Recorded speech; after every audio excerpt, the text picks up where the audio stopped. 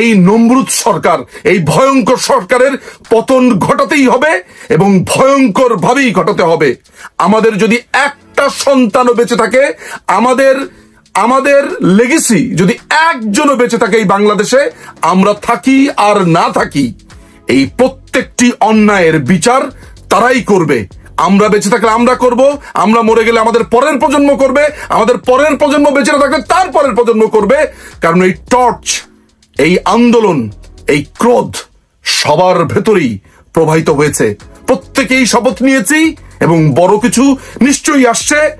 কোথাও কি পৃথিবীর লেখা আছে যে যার বিরুদ্ধে অভিযোগ আনা হয় তিনি কথা বলতে পারবেন না? যার বিরুদ্ধে অভিযোগ আনা হয় তিনি পৃথিবীর কোনো জায়গা থেকে কথা বলতে পারবেন না, তার দেশে কথা বলতে পারবেন না, এমন কোনো কথা কি আছে? এগুলোর প্রকাশ তো আমরা দেখেছি যে ৩২ পোড়ানো নিয়ে মন্তব্য করবার কারণে কেন কথা বলতে পারবেন না? কিসের জন্য পারবেন না? কোন আইনে পারবেন না? একটা আইন পৃথিবীর কেউ কি আমাকে দেখাতে পারবে যে এই কারণে তিনি কথা বলতে পারবেন না? মানে কথা বলবার বিরুদ্ধে কোনো আইন কি বাংলাদেশে হয়েছে? তাহলে কি ভয় এটা যে মাননীয় প্রধানমন্ত্রীর বক্তব্যে এই সময়ের যারা সন্তানরা আছে, যারা ভুল ক্রমে তাদের ওই কথিত জঙ্গি হামলাতে গেছে, তারা তাদের ভুল বুঝতে পারবে, বাংলাদেশ আওয়ামী লীগের দিকেই তারা ধাবিত হবে, এই কি ভয়? নাকি বিএনপি ইলেকশনের কথা বলছে, বিএনপিকে ভয় দেখানোর জন্য এই পুরো কর্মকাণ্ড সাজানো হয়েছে যাতে ইলেকশনের কথা না বলে? আপনারা জানেন এই দখলদার ইউনূস বাহিনী এত ভয়ঙ্কর, এত নিষ্ঠুর যে এই ৩২ নম্বর বাড়ি, বঙ্গবন্ধু স্মৃতি বিজড়িত ঐতিহাসিক বাড়ি ভাঙার পরে এই নির্লজ্জ, এই ভয়ঙ্কর সরকার, এই সরকার বলাটাও আসলে ভুল, এই দখলদার বাহিনী তারা একটি প্রেস রিলিজ দিয়েছে। আমি সেই প্রেস রিলিজটা পড়ব এবং আপনাদেরকে কয়েকটা ঘটনা বলবো, যে ঘটনাগুলো আপনারা সাধারণ মানুষের মধ্যে ছড়িয়ে দেবেন। 6 ফেব্রুয়ারি চিফ অ্যাডভাইজার জিওভি নামে একটি ফেসবুক পেজ থেকে এই দখলদার বাহিনী একটি প্রেস রিলিজ ইস্যু করে, যেখানে বলা হয় ধানমন্ডির ৩২ নম্বর বাড়িতে ভাঙচুরের ঘটনা অনভিপ্রেত ও অনাকাঙ্ক্ষিত। ওরে বাবা! পলাতক অবস্থায় ভারতে বসে জুলাই অভ্যুত্থানের বিরুদ্ধে শেখ হাসিনার উস্কানিমূলক বক্তব্যের কারণে জনমনে গভীর ক্রোধের সৃষ্টি হয়েছে, যার বহিঃপ্রকাশ ঘটেছে। এই পুরো প্যারাটা মিথ্যে ভর্তি। কিভাবে? মাননীয় প্রধানমন্ত্রী ভাষণ দেওয়ার কথা, অর্থাৎ 5 ফেব্রুয়ারিতে রাত 9টায় বাংলাদেশ সময় ভাষণ দেওয়ার কথা, একদিন আগে থেকে ঘোষণা দিয়েছে এই বাড়ি ভেঙে ফেলবে। আপনারা জানেন যে ফ্রান্সে বসে পিনাকি ভট্টাচার্য এটার পুরো মাস্টার মাইন্ড ছিল এবং সে কিভাবে মব ক্রিয়েট করেছে, সে কিভাবে মানুষকে একত্রিত করেছে এবং ঘোষণা দিয়ে এই বাড়ি ভাঙার পুরো কার্যক্রম চলছিল। মাননীয় প্রধানমন্ত্রী যদি ফেব্রুয়ারির 5 তারিখে রাত 9টায় বাংলাদেশ সময় ভাষণ তখনও দেয়নি, তার আগেই এই মানুষজন কিভাবে বুঝলো যে এটা উস্কানিমূলক বক্তব্য হবে? মানে ভাষণের আগেই যদি কেউ বুঝে ফেলে এটা উস্কানিমূলক হবে, তাহলে তো বুঝতে হবে যে এটা পুরোটা হচ্ছে স্টেট ফান্ডেড এবং রাষ্ট্র এটার সম্পূর্ণভাবে অ্যাকোমোডেট করেছে। একে টাকা পয়সা দিয়ে, এই যে বুলডোজার এসেছে সেখানে লেখা ছিল ঢাকা উত্তর সিটি কর্পোরেশন, সেখানে সরকারি বুলডোজার এসেছে, সরকারি লোকরা এসেছে, পুলিশ সেখান থেকে সরে গেছে, আর্মি লোক দেখানো সেখানে এসে তারা সেখান থেকে হাসতে হাসতে চলে গেছে। অর্থাৎ পুরো রাষ্ট্র এই জিনিসটা করেছে, নাম দিয়েছে সাধারণ মানুষ করেছে, যেখানে আমাদের কাছে স্পষ্ট নিদর্শন আছে যে আইসিসের পতাকা উড়েছে, হামাসের পতাকা উড়েছে, সেখানে হিজবুত তাহরির ছেলেপেলেরা সেখানে ভিড় করেছে। যাই হোক, আমার এখানে সাধারণ মানুষ আপনাদের কাছে একটা বিনীত প্রশ্ন, সেটা হচ্ছে মাননীয় প্রধানমন্ত্রী আপনারা জানেন গত 3-3.5 মাস বা 4 মাস ধরেই বলা যেতে পারে যে পৃথিবীর বিভিন্ন দেশে যারা বাংলা ভাষাভাষী আছে, বাংলাদেশিরা আছে, তাদের উদ্দেশ্যে তিনি ভাষণ দিয়ে যাচ্ছিলেন। আমি নিজে লন্ডনের ইমপ্রেশন হলে একটি আপনার এরকম মিটিং এ আমি অ্যাটেন্ড করেছিলাম। এইভাবে তিনি সাউথ কোরিয়া, বেলজিয়াম, আমেরিকা, তারপরে হচ্ছে মধ্যপ্রাচ্যের বিভিন্ন দেশে, খুব সম্ভবত অস্ট্রেলিয়াতেও, কানাডাতেও, অর্থাৎ পৃথিবীর বিভিন্ন জায়গাতে মাননীয় প্রধানমন্ত্রী লাইভ ভাষণ দিয়েছিলেন। সেগুলো আপনারা শুনেছেন। সেগুলো তো ইন্টারনেটের জগতে, সেদিন যে ভাষণটা দিয়েছে 5 ফেব্রুয়ারি সেটাও ইন্টারনেটে। সুতরাং আগের যে ভাষণ দিয়েছে এরকম 50-60টা, সেগুলো এরকম লাইভ হয়েছে এবং আপনারা সেসব বক্তব্য দেখেছেন।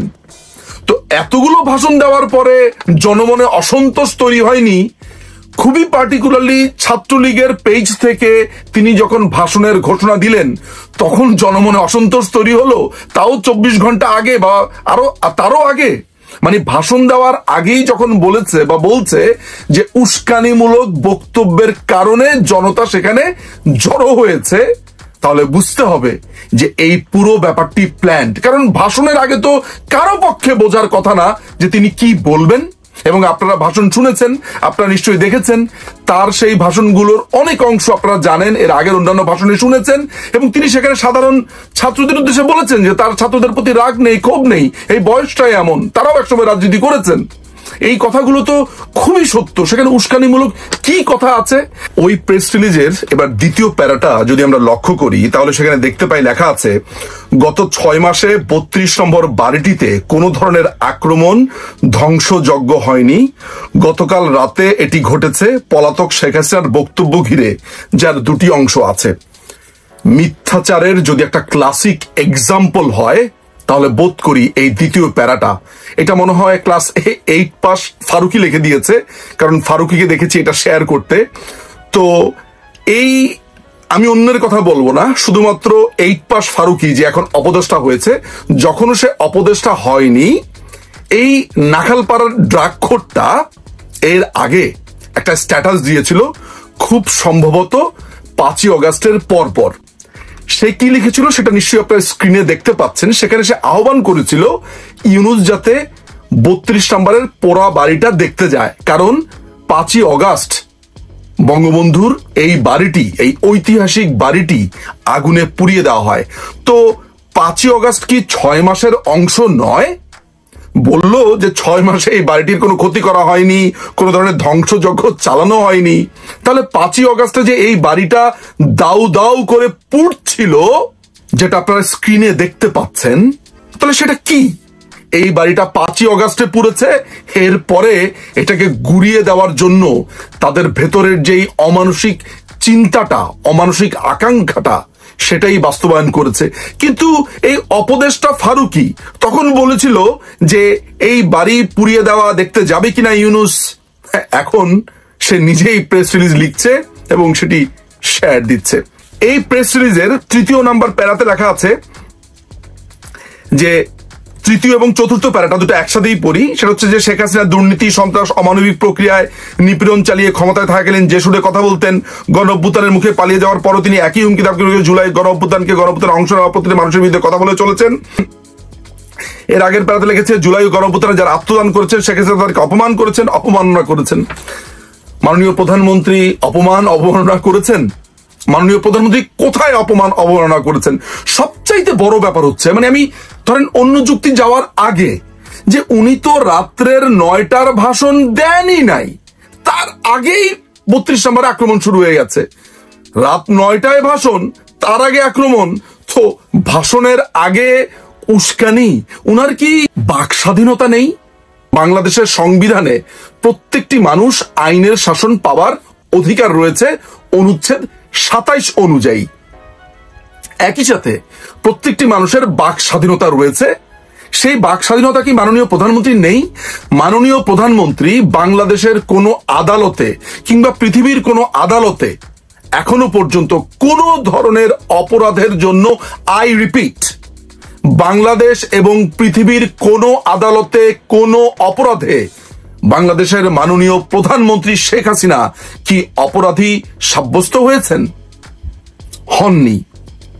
বলা হয়ে থাকে আইনের একটা বড় প্রিন্সিপাল হচ্ছে ইনোসেন্ট আনটিল প্রুভেন গিলটি। যদি তিনি অপরাধ সাব্যস্ত হতেনও কোথাও, তাহলেও কি তার বাক স্বাধীনতা ক্ষুণ্ণ হতো? কোথাও কি পৃথিবীর লেখা আছে যে যার বিরুদ্ধে অভিযোগ আনা হয় তিনি কথা বলতে পারবেন না? যার বিরুদ্ধে অভিযোগ আনা হয় তিনি পৃথিবীর কোনো জায়গা থেকে কথা বলতে পারবেন না, তার দেশে কথা বলতে পারবেন না, এমন কোনো কথা কি আছে? এগুলোর প্রকাশ তো আমরা দেখেছি যে 32 পোড়ানো নিয়ে মন্তব্য করবার কারণে বই মেলাতে এই নোংরা কথিত প্রেস সচিব শফিকুল আলমের এই ডাস্টবিন ইস্যুতে যখন মেহের আফরোজ শাওন, বাংলাদেশের একজন অন্যতম অভিনেত্রী, তিনি কথা বলেছেন, তাকে গ্রেফতার করা হয়েছে। গ্রেফতার করা হয়েছে বাংলাদেশের আরেকজন অন্যতম অভিনেত্রী সোহানা সাবাকে। কেন? তারা কথা বলেছেন। অথচ ইউনূস যখন এই ক্ষমতা দখল করলো, এই দখলদার বাহিনীর শুরুতে এসে বলেছে প্রত্যেকেই কথা বলার স্বাধীনতা আছে। এই কি কথা বলার স্বাধীনতা যে শুধুমাত্র প্রতিবাদ করবার জন্য তাদেরকে গ্রেফতার করা হয়েছে? মাননীয় প্রধানমন্ত্রীকে যে বারবার বলা হচ্ছে তিনি কথা বলতে পারবেন না, কেন কথা বলতে পারবেন না? কিসের জন্য পারবেন না? কোন আইনে পারবেন না? একটা আইন পৃথিবীর কেউ কি আমাকে দেখাতে পারবে যে এই কারণে তিনি কথা বলতে পারবেন না? মানে কথা বলবার বিরুদ্ধে কোনো আইন কি বাংলাদেশে হয়েছে, নাকি এটা গায়ের জোরে প্রতিষ্ঠা করতে চাচ্ছে? তার থেকেও বড় কথা যে এইভাবে মাসের পর মাস মাননীয় প্রধানমন্ত্রী বক্তৃতা দিলেন, অনেকবার ভাষণ দিয়েছেন। তো মাননীয় প্রধানমন্ত্রী সেই ভাষণগুলোর সাথে তো এই ভাষণ মোটামুটি বলা যায় যে কাছাকাছি। সেখানে ছাত্রদের উদ্দেশ্যে কিছু কথা ছিল। সেই ছাত্রদের উদ্দেশ্যে কথাগুলো কি ছিল? যে তারা অনেকের প্ররোচনাতে সেখানে এসেছে, ছাত্রদের প্রতি রাগ নেই, তারাও একসময় আন্দোলন করেছেন। তাহলে কি ভয় এটা যে মাননীয় প্রধানমন্ত্রীর বক্তব্যে এই সময়ের যারা সন্তানরা আছে, যারা ভুল ক্রমে তাদের ওই কথিত জঙ্গি হামলাতে গেছে, তারা তাদের ভুল বুঝতে পারবে, বাংলাদেশ আওয়ামী লীগের দিকেই তারা ধাবিত হবে? এই কি ভয়? নাকি বিএনপি ইলেকশনের কথা বলছে, বিএনপিকে ভয় দেখানোর জন্য এই পুরো কর্মকাণ্ড সাজানো হয়েছে যাতে ইলেকশনের কথা না বলে? নাকি এইটা ছিল এমন একটা শোডাউন, তাদের যে দল আছে নাগরিক কমিটি, তারা যেই কিংস পার্টি বানাচ্ছে, সেই পার্টি এরকম মারমার কাট করে জানান দিল যে তারা বাংলাদেশে কি করতে আসছে? আমার তো মনে হচ্ছে যে নির্বাচনের কথা যে বারবার বলছিল বিএনপি এবং অন্যান্য দলগুলো, তাদেরকে দমানোর জন্য, তাদেরকে ভয় দেখানোর জন্য যে নির্বাচনের কথা যদি আরেকবার বলো তাহলে আমরা এই ঘটনাগুলো ঘটাবো। এটাই সম্ভবত রিজন, এটাই সম্ভবত কারণ এই ঐতিহাসিক বাড়িকে গুড়িয়ে দেওয়ার মধ্য দিয়ে তারা সেটা করেছে। প্রিয় দর্শক, প্রিয় সমর্থক যারা আছেন, যারা দেখছেন, যারা বাংলাদেশ আওয়ামী লীগকে ভালোবাসেন, মুক্তিযুদ্ধকে ভালোবাসেন, বঙ্গবন্ধুকে ভালোবাসেন, আপনারা এই বক্তব্যগুলো ছড়িয়ে দিন, জানিয়ে দিন এই যুক্তিগুলো যে মাননীয় প্রধানমন্ত্রীর কি বাক স্বাধীনতা নেই? মাননীয় প্রধানমন্ত্রীর বিরুদ্ধে কোনো অভিযোগ কি প্রমাণিত হয়েছে যে তিনি কথা বলতে পারবেন না? মাননীয় প্রধানমন্ত্রী রাত 9টায় ভাষণ দেওয়ার আগেই, তার কথা আগেই, যখন এই 32 নম্বর পোড়াতে আসলো, গুড়াতে আসলো, তার আগেই কিভাবে বুঝলো যে তিনি উস্কানিমূলক বক্তব্য দিবেন? বক্তব্যের আগেই কিভাবে সেটা বোঝা সম্ভব? এই প্রশ্নগুলো করুন, এই যুক্তিগুলো দেখান এবং জনে জনে ছড়িয়ে দিন। আমাদের হাতে যে অস্ত্র আছে, আমাদের হাতে শক্তি আছে, এই বক্তব্যগুলো ছড়িয়ে দেওয়ার, এই বক্তব্যগুলো মানুষের কাছে পৌঁছে দেওয়ার, সেটা করেন। এই ক্ষমতাটুকুর পুরো ব্যবহার আমরা করব। এই নমরুদ সরকার, এই ভয়ঙ্কর সরকারের পতন ঘটাতেই হবে এবং ভয়ঙ্কর ভাবেই ঘটাতে হবে। আমাদের যদি একটা সন্তানও বেঁচে থাকে, আমাদের লেগেসি যদি একজনও বেঁচে থাকে এই বাংলাদেশে, আমরা থাকি আর না থাকি, এই প্রত্যেকটি অন্যায়ের বিচার তারাই করবে।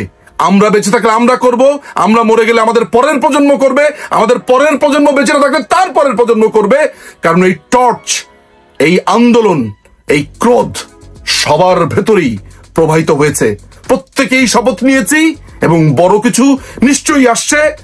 বঙ্গবন্ধুকে জানতে পারে, চিন্তা করে দেখুন তো, একদিকে তার বাড়ি ভাঙছে আর ঠিক ওই মুহূর্তেই তিনি কি ইস্পাত কঠিন গলাতে, কি দৃঢ়তার সাথে তিনি সাধারণ মানুষ, সাধারণ ছাত্রদের উদ্দেশ্যে বক্তৃতা দিয়ে গেলেন।